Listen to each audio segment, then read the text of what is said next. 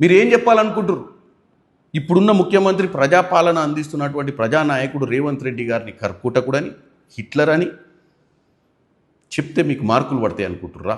10 ఏళ్ళు దండుకొని 2.5 సంవత్సరాల అధికారంలో ఉండి మీరు చెప్పేటువంటి విద్య విషయంలో ఇంటిగ్రేటెడ్ స్కూల్స్ పెట్టి 200 కోట్లు ఖర్చు పెట్టి ప్రతి నియోజకవర్గం కడుతున్నందుక?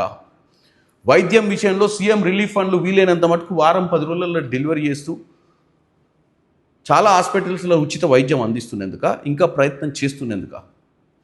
ఇకపోతే వ్యవసాయం విషయానికి వస్తే మీ హయాంలో ఇచ్చినటువంటి రుణమాఫీ చేయకపోతే 22 లక్షల మందికి కష్టకాలంలో మీరు అప్పులు చేసిపోయిన రాష్ట్రాల్లో కూడా 21,000 కోటి రైతులకు ఇచ్చినందుక? ఇక ఉపాధి కోసం వస్తే ఈరోజు ఫ్యూచర్ సిటీ కడుతుర్రు.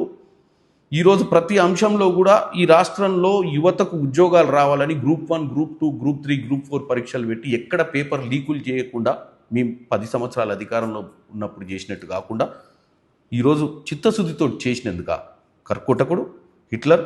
కాబట్టి మీరు పార్టీ పెట్టడాన్ని నేను తప్పుపడతలేదు. పార్టీ పెట్టవండి, ఉద్యమాలు చేయండి, ప్రజల తరపున పోరాటం చేయండి. కానీ మీరు గతం కూడా గుర్తుపెట్టుకోండి.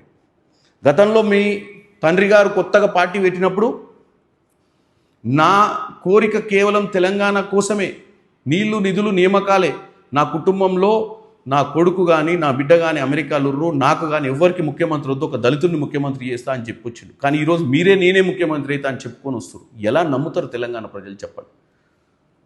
దాచుకొని దోచుకొని పంచుకోవడంలో ప్రాబ్లమ్స్ వచ్చినాయని ఇప్పుడు కేవలం మీరే ముఖ్యమంత్రి దోచుకుందామని అనుకోరా? కాబట్టి ఏదున్నా ఒక కన్స్ట్రక్టివ్గా పార్టీ పెట్టి ప్రజల కోసం పోరాడడం తప్పు కాదు. ఒక తెల్ల కాగితం అయితే అందరు నమ్మొచ్చు. మీరు తెల్ల కాగితం మాదిరి కాదు కవిత గారు. మీరు 10 సంవత్సరాలు మీ కాగితం మీద ఎన్నో మచ్చలు, ఎన్నో మార్కులు, ఈ రాష్ట్రాన్ని అప్పుల రాష్ట్రంగా, అప్పుల కూపిలోకి తోసినటువంటి పార్టీలో ముఖ్య సభ్యురాలుగా ఉన్నారన్న విషయాన్ని ఒక పార్లమెంట్ సభ్యురాలుగా, ఒక ఎమ్మెల్సీగా, ఒక కూతురుగా ఇప్పుడు వస్తే ఎవరు నమ్ముతారు? కాబట్టి వెనకట మీ నాయనే చెప్పిన పిటకథలు చెప్పి మళ్ళీ తెలంగాణ ప్రజల్ని పక్కదో పట్టియాలనుకోకండి. తెలంగాణ ప్రజలు బాగా రాటుదేలిపోయారు.